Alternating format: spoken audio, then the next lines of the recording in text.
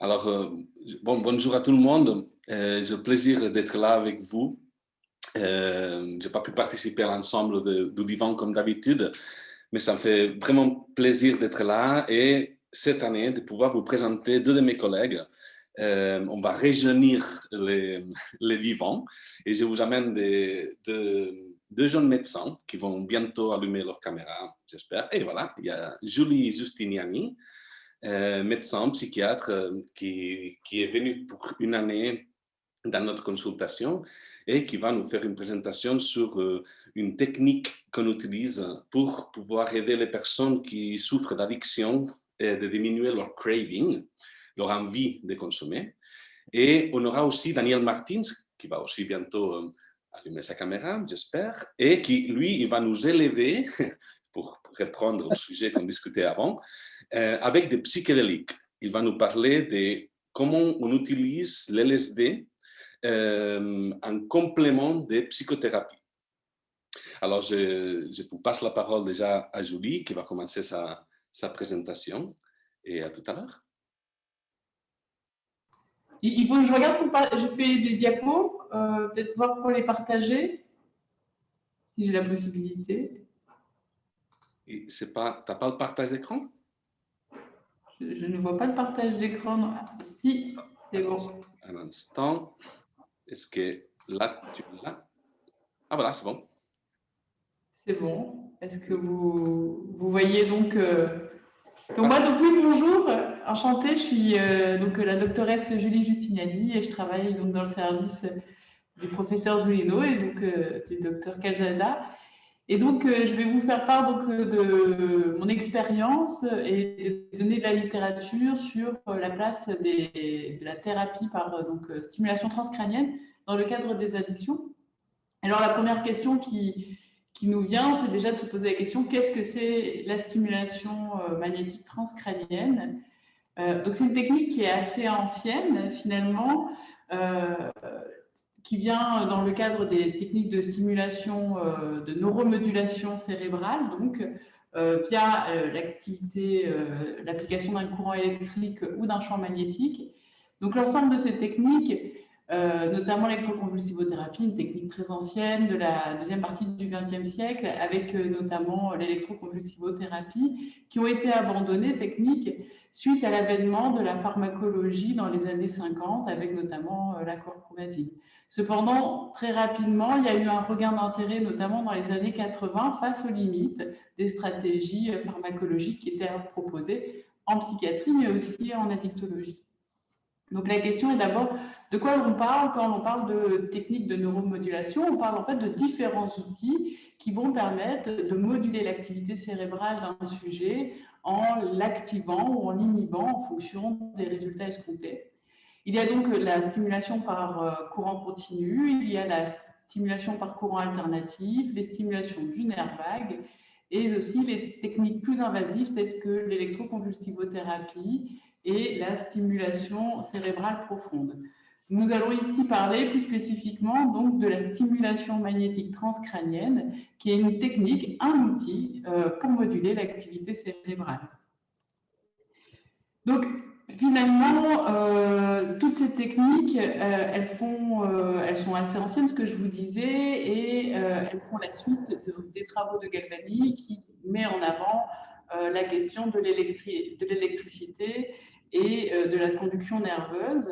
Travaux qui se poursuivent donc avec la découverte de l'électromagnétisme et enfin donc de la découverte de l'efficacité sur des modifications d'activité cérébrale en appliquant un courant électrique ou un champ magnétique, avec D'Arsonval qui, en plaçant la tête entre deux bobines magnétiques, fait le constat de l'apparition de phosphène. Puis, donc, comme je vous disais, dans les années 80, le regain d'intérêt avec Barker qui met en avant, donc en appliquant un champ magnétique sur le cortex moteur, il peut déclencher une activité motrice. Et puis ces travaux se poursuivent avec Bickford puis Pascal Lehn qui mettent en avant donc un impact sur l'humeur de cette technique de stimulation magnétique. Donc, comme je vous le disais, le principe est assez simple finalement. C'est une bobine en cuivre dans lequel on fait passer un courant de haute intensité de manière très brève, ce qui va, selon le principe de Faraday, induire un champ magnétique de l'ordre de 2 Tesla, ce qui est assez comparable à ce que l'on observe dans l'imagerie magnétique. Et ce champ magnétique, en l'appliquant sur le cerveau, va induire un courant électrique, puisque le cerveau est un milieu conducteur, qui va lui-même donc pouvoir induire des potentiels d'action et modifier les activités cérébrales. Donc, vraiment, j'insiste, hein, quand on parle de RTMS, en fait, on parle vraiment d'un outil très simple, hein, qui se délivre sans douleur, qui est assez mobile, dans lequel, en fait, il y a des bobines différentes en fonction de ce que l'on souhaite faire, qui permettent donc d'induire un courant électrique ou une modification de l'activité cérébrale de l'ordre de 2 à 3 cm de profondeur. Donc, ces différentes techniques, ces différentes bobines qu'on peut voir, les bobines simples, les bobines en 8 que nous utilisons ou les double coils, permettent d'être plus précis dans la zone cérébrale que l'on stimule. Et donc, comme on peut le voir sur l'image, il y a cette bobine qu'on applique sur le scalp du patient et puis une console sur laquelle on définit les différents paramètres. Donc, quand on fait de la stimulation magnétique, on localise une zone cérébrale dont on souhaite modifier l'activité. On souhaite l'inhiber, on applique une fréquence donc faible, ou si on souhaite l'activer, on va activer une fréquence élevée supérieure à 5 Hz. Et puis différents paramètres qui vont nous permettre de définir le nombre de pulses et l'efficacité et autres. Donc c'est une technique qui est utilisée dans différentes pathologies. La dépression, celle qui est la plus connue et la plus étudiée, mais aussi les hallucinations auditives et les acouphènes et les douleurs. C'est une technique qui a peu de contre-indications. La seule contre-indication, c'est les mêmes que l'IRM cérébral, c'est la présence d'objets métalliques intracérébraux, parce que comme on le sait, un champ magnétique appliqué sur un corps métallique va le faire chauffer. Et vous imaginez bien qu'on ne souhaite pas faire chauffer un quelconque élément dans le cerveau. Et puis d'autres situations à risque, notamment épilepsie, le fait d'avoir un AVC récent, une encéphalopathie ou autres pathologies qui pourraient être à risque. Ce qui est important de souligner avant qu'on aille plus loin, c'est que les effets secondaires, ils sont très bénins de manière générale. C'est une contracture peu plaisante, c'est ce que j'ai le plus souvent retrouvé au niveau musculaire, c'est-à-dire que le champ magnétique induit une contraction des muscles de la surface et ça peut être un peu gênant. Des maux de tête modérés qui répondent bien à du paracétamol, une perte ou une modification temporaire de l'acuité auditive, et puis de manière très très rare, mais plus inquiétante, les crises convulsives, qui sont rapportés à moins de 0,1% de la population, ce qui est moins que l'administration d'un traitement antidépresseur. Donc, ça vient vraiment souligner que c'est une thérapeutique assez sûre. Alors, maintenant, la question que l'on peut se poser, c'est quel est l'intérêt d'utiliser cette technique en addictologie ? Comme on le sait, en addictologie, les soins sont assez limités aujourd'hui. Les stratégies sont bien souvent axées autour de l'abstinence, de la substitution, du sevrage. Depuis quelques années, on est sur la question de la réduction des consommations. Et en tout cas, on peut observer qu'il y a quelques défauts, avec un défaut de rétention dans les soins pour les patients. On a aussi des populations qui sont assez particulières, hein, parce que c'est assez rare d'avoir une personne qui consomme seulement un produit ou en tout cas qui a seulement un comportement addictif, avec une population qui est bien souvent polyconsommatrice, voire dans 85%, les personnes consomment plus ou deux substances psychoactives. Et donc, souvent, ce que les études mettent en avant, c'est que l'une des cibles thérapeutiques les plus pertinentes serait de focaliser sur le craving et les fonctions exécutives car la poursuite des consommations est associée à la perception du craving, ce qui en fait une cible thérapeutique importante. Ce qu'il faut aussi retenir, c'est le circuit d'une personne addicte. Comme on le sait, le comportement, il a tendance à se répéter quand il est gratifié, et plus il est gratifié, plus il devient automatique, et plus il devient automatique, et moins le sujet plus il perd la supervision des structures corticales du cortex préfrontal. Donc, il perd ses capacités de contrôle et d'autorégulation au fur et à mesure que le comportement se répète. Ainsi, le sujet, une fois qu'il est pris dans son addiction et que le comportement devient compulsif, il n'arrive plus à réfréner le comportement tel que ça pouvait se faire auparavant par ce contrôle. De plus, impliqué dans le craving, toutes ces structures sont aussi associées au système de récompense. Et donc, les structures associées au craving pourraient être des cibles de la stimulation en essayant de moduler leurs activités. Le gyrus frontal, le cortex préfrontal latéral, l'insula ou encore le striatum. Pour autant, on ciblera, comme je vous l'ai dit, cette technique, elle permet d'être à 2-3 cm de profondeur. Donc l'insula ou le striatum, c'est hors de question, c'est bien trop profond. Mais le cortex préfrontal dorsolatéral, qui est aussi en lien avec les fonctions exécutives, apparaît tout à fait accessible à cette stimulation. D'ailleurs, la plupart des études ciblent le cortex préfrontal dorsolatéral gauche, dont la modulation permet donc de rétablir un certain contrôle. Et les études notent que études qui ont été faites sur les populations addictes, mais aussi sur les populations dépressives, parce que c'est la même cible dans la dépression, notent un relargage de la dopamine dans les structures du système de récompense, le striatum, le cortex cingulaire postérieur, le cortex préfrontal médian. Donc, ce qui permet, donc, ce que je vous disais, une neuromodulation du circuit de la récompense et une amélioration de la plasticité synaptique. Les études alliées à l'imagerie et à la neuroimagerie notent surtout une activation de ces zones cérébrales. Et enfin, d'un point de vue comportemental, parce que c'est ce qui nous intéresse, ça permettrait d'améliorer les capacités décisionnelles et d'améliorer aussi les comportements inhibiteurs. Ce qui a été mis aussi dans les addictions, parce que bien souvent, les personnes, quand elles adhèrent à ce type de protocole, leur inquiétude principale est de connaître les conséquences sur leur fonction cognitive, puisqu'elles ont une image un peu biaisée par les médias de ce que peut être la neuromodulation. Et donc, ce qu'il est important de souligner, c'est que dans la majorité des cas, dans certains effets, ça n'a pas justement d'effet, on voit no effect. Et ça, c'est les études qui sont faites sur les populations souffrant d'addiction.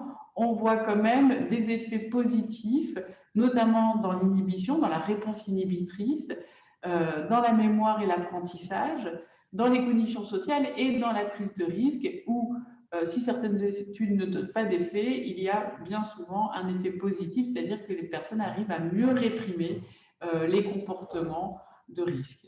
Ce qui est plutôt intéressant, on imagine bien, dans nos populations.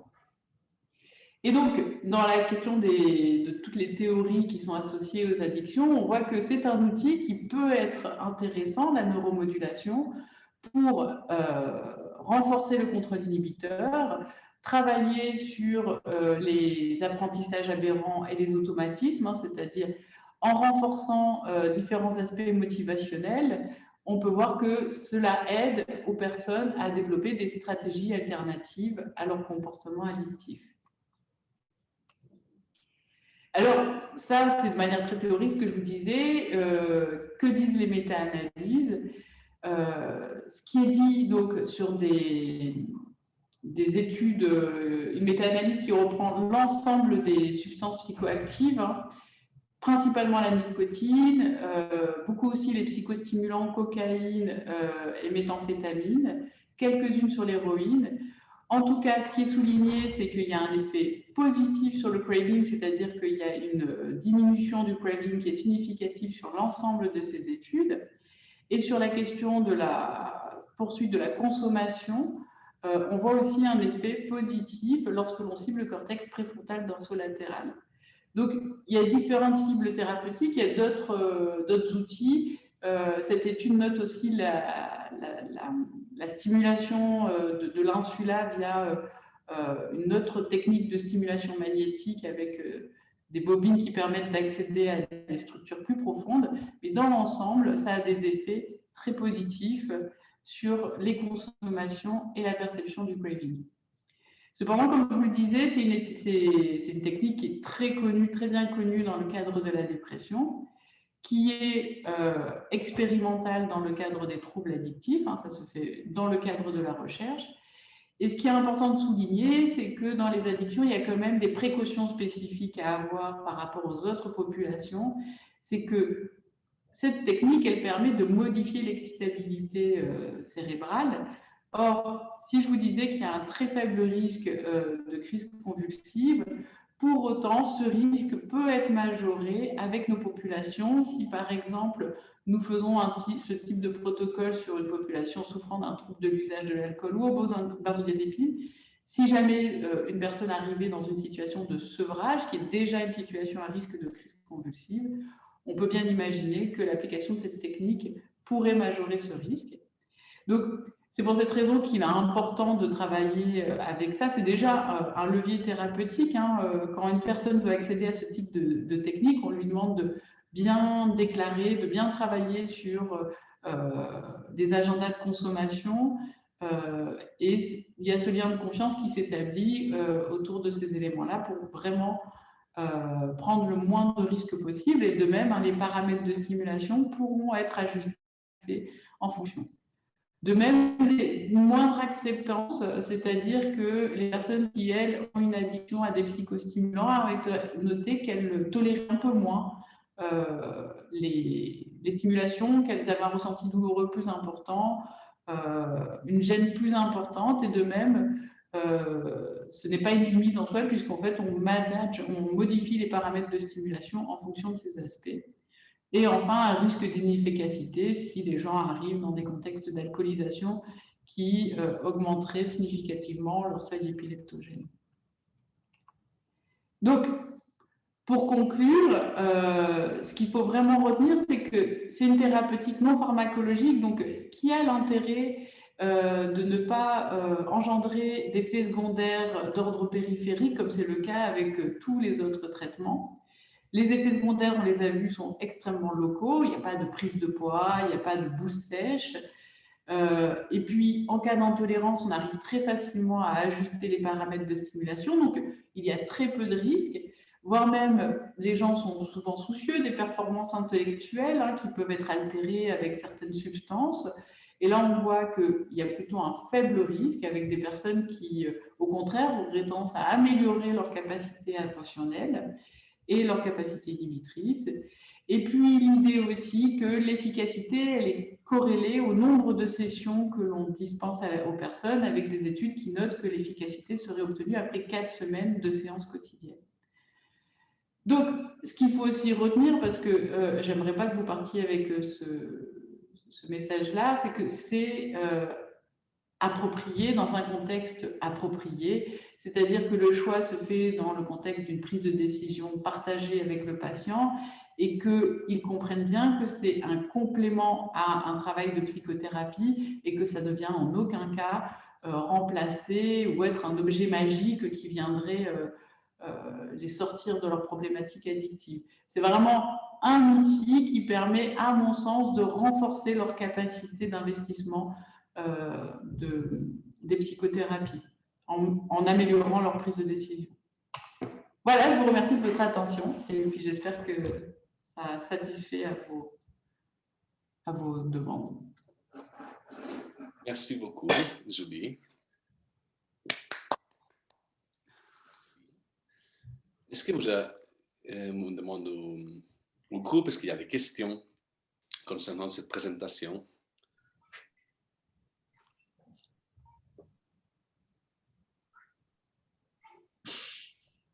Martha, on ne t'entend pas.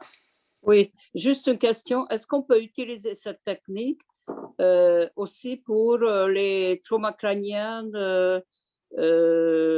légers, éventuellement. Je n'ai pas vu si c'est interdit plutôt ou on peut utiliser. Bon, ce n'est pas l'addiction, mais je ne sais pas si Julie peut répondre.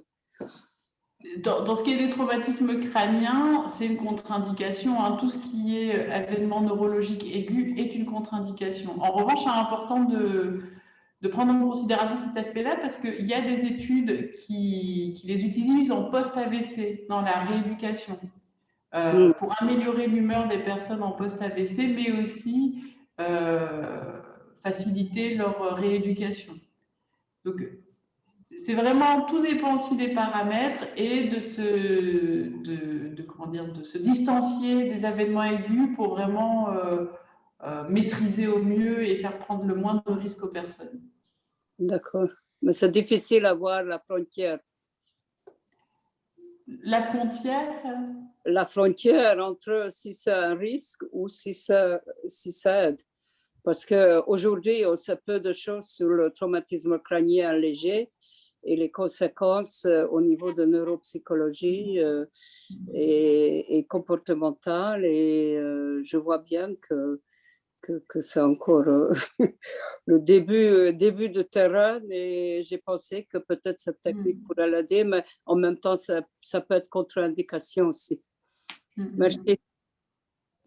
Mais c'est vrai que je n'ai pas connaissance, mais on voit bien en effet que les gens qui ont eu des traumatismes crâniens, après, ils ont des difficultés à récupérer, une forte fatigabilité, des difficultés mnésiques et exécutives. Et en effet, ça serait intéressant de voir, mais à distance. C'est ça, en fait, que je veux dire.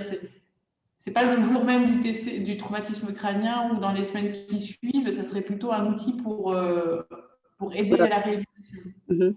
D'accord. Ça m'intéresserait si tu peux mettre en français ce texte, qu'on puisse relire et réfléchir là-dessus. Tu pourrais le faire? Oui. Là maintenant? Non. Pour tout le monde, c'est possible. Je pense qu'on a la même présentation qu'on avait fait plus ou moins en français, si ça vous intéresse. Mais oui, il suffit de la mettre sur la conversation. En tout cas, je voulais remercier Julie Giustiani pour son exposé qui était très clair. Et puis, en tant que praticien, j'ai beaucoup apprécié la prudence et la réserve dont tu as fait preuve à chaque instant d'exposé. Ça, c'est très important parce que on a trop de personnes qui essaient de nous vendre des thérapies sans parler des risques, alors que là, le rapport bénéfice-risque a été présenté, étudié à chaque étape. Et j'apprécie beaucoup cette façon de procéder, qui est peut-être une des marques de fabrique de l'école genevoise d'addictologie.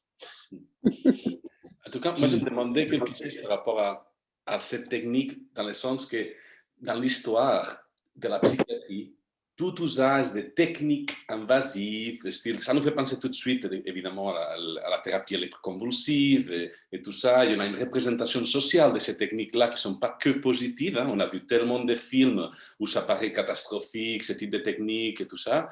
Et Julie, comment les patients perçoivent cette technique? Quels sont les freins? Et finalement, quelle est l'acceptabilité de ce type de technique avec nos patients?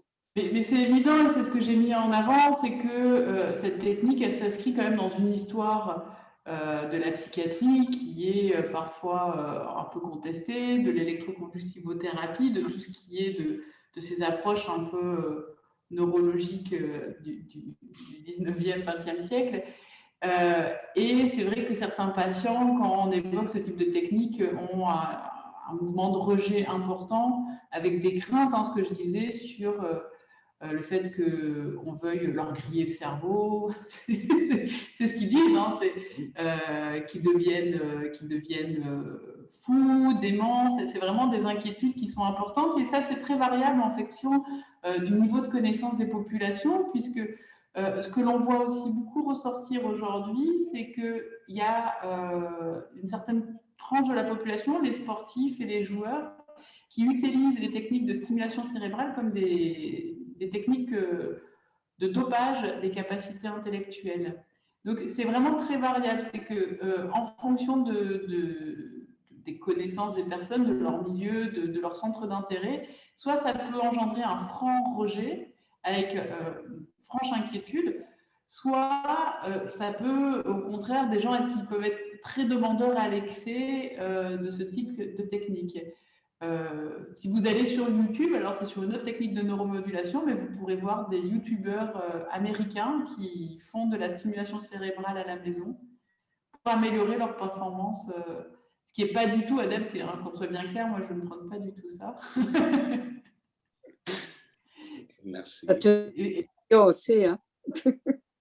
Mais c'est des choses à prendre en considération, c'est vraiment très intéressant. Hein, alors, il y a des gens qui viennent questionner le transhumanisme ou autre. Je pense que vraiment, c'est un outil thérapeutique, qu'il est intéressant, qu'il n'est pas magique, il ne fait pas tout. Hein, il ne va pas régler les problèmes d'histoire de vie, mais c'est un bon appui, je trouve. Merci. Ben, écoute, Gérard, je vais te rassurer, la représentation de l'électroconvulsivothérapie, comme on dit maintenant, ECT, reste assez désastreuse dans la société. Et il y a des raisons à cela. Je pense que, par la situation française, je parle comme un vieux, excusez-moi, mais il y a eu des abus caractérisés du recours à l'électroconvulsivothérapie, notamment dans les années 50, sans doute avant que les neuroleptiques apparaissent. Et en France, on parlait délicatement des chocs secs, c'est-à-dire des chocs qui étaient administrés, vous devez le savoir, sans anesthésie et sans curarisation. Et donc, c'était aussi tellement délicatement pratiqué que les patients attendaient leur tour dans des salles, sur des brancards, et ils voyaient sortir les précédents en phase, comme on dit aussi très élégamment, stercoreuse, je crois, et bavant, l'écume à la bouche et inconscient, bien sûr. Donc ça, ce sont des pratiques dont le sadisme est tout à fait caractérisé. Et en France, ça a beaucoup existé. Je ne sais pas comment ça c'était dans les autres pays, mais ça reste dans les mythologies négatives, dirais-je, de la psychiatrie en France. Actuellement, à propos de l'ECT, donc depuis très longtemps, c'est sous cura en présence d'un anesthésিologiste et avec anesthésie générale. Mais pour ma génération de psychiatres, il y avait une sorte de consensus qui n'était pas mou, qui était un consensus clinique, pragmatique, que l'ECT était réservé à des pathologies très sévères comme la mélancolie délirante résistante à un traitement antidépresseur bien conduit et les formes catatoniques de la schizophrénie. Or, certains collègues actuellement ont tendance à élargir le recours à l'électroconvulsivothérapie et soi-disant pour le bien des patients, moi je reste sceptique. Alors, si vous avez entendu le coup de canon, c'est à Nice tous les jours à midi. Hein. Vous l'avez entendu, donc c'est bien parce que moi, après. Comment?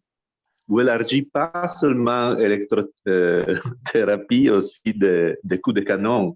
Oui, justement, j'allais dire que ça fait plus de 30 ans que je suis à Nice, mais il m'arrive encore de sursauter en entendant le coup de canon. Je vous raconterai une autre fois pourquoi il existe, ce coup de canon. Bon, donc… thérapie de choc. Comment? Thérapie de choc, oui. C'est une thérapie de choc. De choc, oui. Bon, en tout cas, oui, il y a eu récemment un livre d'un éditeur qui s'appelle Mark Greenstein, qui était effectivement mélancolique et qui raconte son expérience des électrochocs. Et il a eu des troubles de la mémoire absolument considérables. Il raconte ça très bien dans son livre que je vous recommande vivement. Et il donne une biographie que je n'ai pas encore eu le temps d'explorer, parce que c'est aussi là, on retrouve les questions de des croyances personnelles des psychiatres. Il y en a qui sont très pro-électrochoc et qui pratiquent volontiers l'argamanou, comme on disait, et d'autres qui sont beaucoup plus réticents, comme moi-même, qui restent à ce dogme. Et maintenant, de toute façon, je vais bientôt m'arrêter, donc je ne serai plus concerné, peut-être comme patient, hélas, mais ça, c'est encore une autre affaire. Mais en tout cas, je suis extrêmement réservé en dehors de ces indications cardinales. Et parmi les autres horreurs de la psychiatrie, bon, il y a aussi la question, je l'évoque en passant, parce qu'elle touche à notre cœur de métier, qu'on le veuille ou non, c'est tout ce qu'on appelait lobotomie et qui maintenant revient parfois sous une forme politiquement correcte, sous la forme de psychochirurgie ou de destruction de noyaux bien ciblés, etc. Mais là, c'est encore un autre débat. Mais en tout cas, bon, nous restons attentifs à cette stimulation magnétique transcrânienne. Et Pardon, parce que c'est vrai que c'est d'autant plus intéressant que c'est important vraiment de souligner que c'est une technique non invasive, la stimulation transcrânienne, et que quand je réalise, moi en tout cas, des séances, le patient est conscient et souvent on discute. Alors c'est aussi un moment qui est assez sympa, souvent, un moment un peu privilégié avec les patients, mais ce que je veux renvoyer, c'est la question de la tolérance et de l'image, en fait, qui est quand même assez, assez positive sur cette technique-là. D'ailleurs, là où j'étais, quand les gens faisaient ce type les patients y allaient, ils étaient un peu craintifs, mais soit les autres pouvaient voir, parfois on peut apercevoir, soit ils en parlaient, et en fait les autres après venaient réclamer en disant bah, j'ai entendu que machin il a fait un tel a fait ça, il est plutôt content, pourquoi moi vous m'avez pas proposé? Oui, donc c'est une image tout à fait différente de celle de l'électroconvulsivothérapie. Oui, non, mais c'est pour ça, c'est parce que c'est vrai que là on parle d'électroconvulsivothérapie, mais ça a une histoire commune, mais c'est pas du tout la même technique. Bien sûr. L'électroconvulsivothérapie, les troubles cognitifs, ils sont avérés, des troubles mnésiques qui sont quand même bien importants, risque de confusion. Et ce que je dis souvent aux patients, c'est que cette technique-là, elle ne doit ni être douloureuse, si vous avez mal, vous le dites, on arrête, ni il y a un inconfort, mais qui doit être modéré, et il ne doit vraiment pas avoir ce type de soucis-là. C'est vraiment... voilà. C'est ce qu'on exposé a très bien montré. Voilà, merci. ben, merci à vous. Oui, je voulais faire 3 petites remarques. La première étant que les addictions, d'abord, se démultiplient, elles sont très nombreuses, très présentes, et la psychiatrie, mais la société dans son ensemble, a les plus grosses difficultés à les traiter, à les faire diminuer, à trouver des remèdes. Donc, je crois que c'est tout à fait légitime de chercher toutes sortes de solutions. La deuxième est donc, par exemple, le magnétisme crânien. Je ne veux pas dire le magnétisme animal, mais le magnétisme crânien, oui. Dire que c'est non invasif par rapport à l'introduction de produits ou d'objets dans le corps.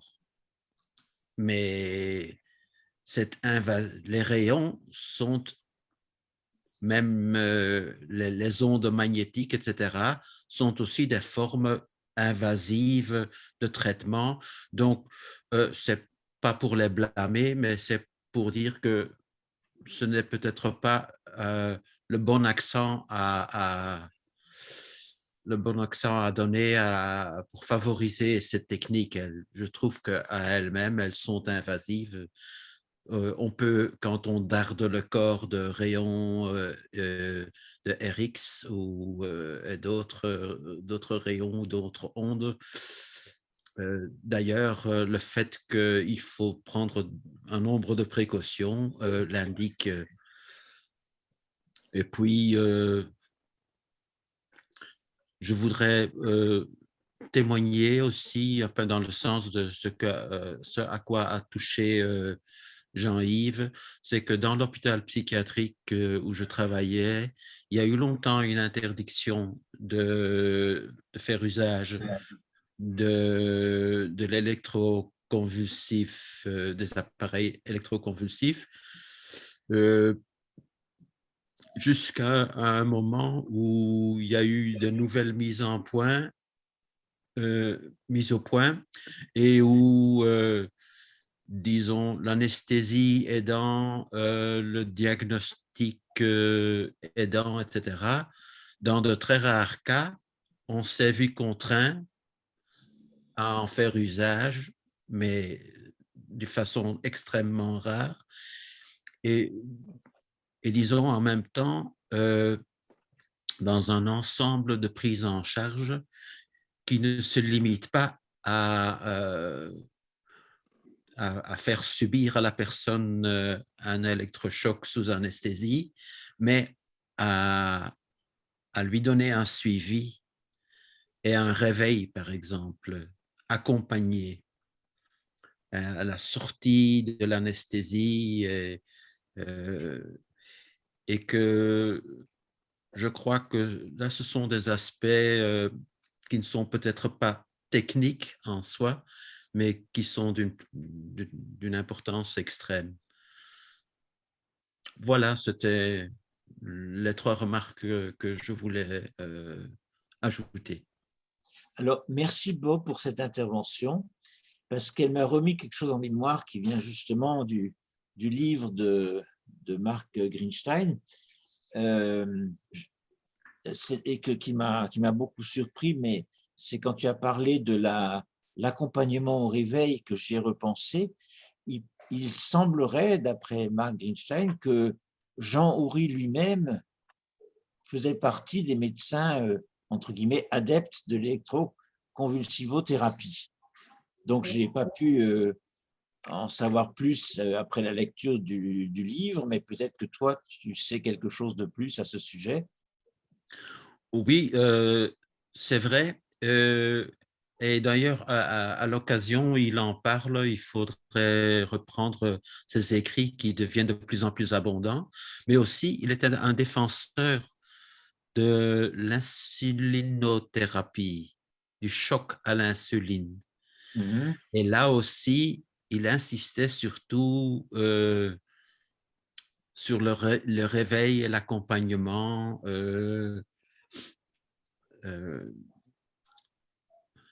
Et bien entendu, ce qui a été fort controversé maintenant, enfin, surtout dans le soin aux autistes, c'est les enveloppements humides. Oui, alors là, c'est un sujet… Ce sont des pratiques, c'était des pratiques, et je crois, l'insulinothérapie, je ne sais pas, mais ce sont des pratiques qui sont encore toujours d'actualité, je crois, à la clinique de Laborde, par exemple. Mais donc, tout dépend un peu de la façon. Si on fait ça en série, ce n'est pas la même chose que quand on met 2-3 personnes autour et qu'on parle avant, pendant et après. C'est évident. Alors, la cure à l'insuline, c'est ce qu'on appelle la cure de Sackel. Bon, tout le monde peut savoir. Et il y avait aussi une théorie dont vous avez peut-être entendu parler. Il y avait les chocs au cardiazole qui ont été découverts par un Hongrois qui a travaillé à l'hypodméseux.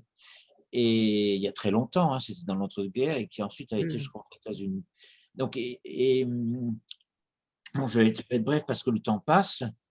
Bon, il y avait une théorie qui remonte à l'entre-deux-guerres, peut-être même avant, qui voulait que la convulsion améliore les conditions du patient délirant, comme s'il y avait une sorte de balancement entre convulsion et délire, dans la schizophrénie notamment. Et dans la psychiatrie allemande, on parle d'épileptische Psychose, mais je n'ai jamais réussi à trouver de références précises, même sur Internet. Donc, c'est un sujet à reprendre. Il faut relire Kraepelin. Du temps de Kraepelin, l'épilepsie était une des 3 grandes psychoses.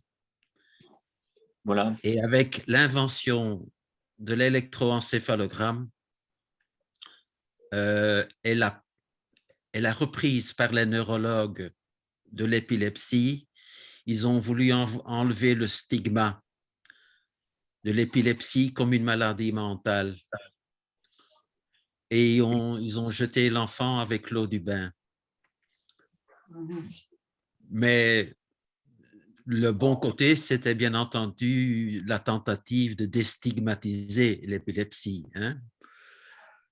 Mais il faut quand même se rendre compte que pas mal d'épileptiques ont des problèmes psychiques qui ont un rapport avec l'épilepsie, le trouble épileptique. Et je vais pas m'étendre là-dessus, bien entendu. Donc, Kraepelin, il parlait de l'épilepsie comme une maladie mentale à cette époque, oui. Oui, et Jacques Scott avait dit un jour que l'épilepsie, pour lui, devait être à nouveau rattachée à la psychiatrie. J'ai entendu ça dans une… Oui, en effet, oui. Et puis, c'est pour dire aussi ce rapport entre schizophrénie et épilepsie et la provocation de crises épileptiques pour soigner les schizophrènes, ça a aussi à voir avec le travail de Madame Minkowska sur la glycéroïdie, etc., et une certaine opposition Rorschach entre les protocoles schizophrènes collants et la dissociation chez les schizophrènes. Mais la base, finalement, était très faible et n'est pas vraiment justifiée. Je vous remercie beaucoup de tous ces commentaires, justement, par rapport à cette présentation. Je ne sais pas, Julie, si tu aimerais encore rajouter quelque chose par rapport à ce qui vient d'être dit avant qu'on passe la parole à Daniel. En tout cas, c'est vrai qu'on a parlé des chocs au cardiazole, des cures de Sakel, et en fait, moi, de ce que j'ai de connaissances sur l'histoire notamment de l'électroconvulsivothérapie, des techniques de stimulation, c'est qu'en fait, initialement, il y avait cette question de somatothérapie, c'est-à-dire une maladie en remplaçait une autre, et donc on inoculait parfois même la malariathérapie aux patients dans l'idée de ça remplacera la pathologie mentale. Et en fait, ce qui est ressorti, c'est que c'était les crises convulsives qui étaient thérapeutiques quand les gens faisaient des épilepsies.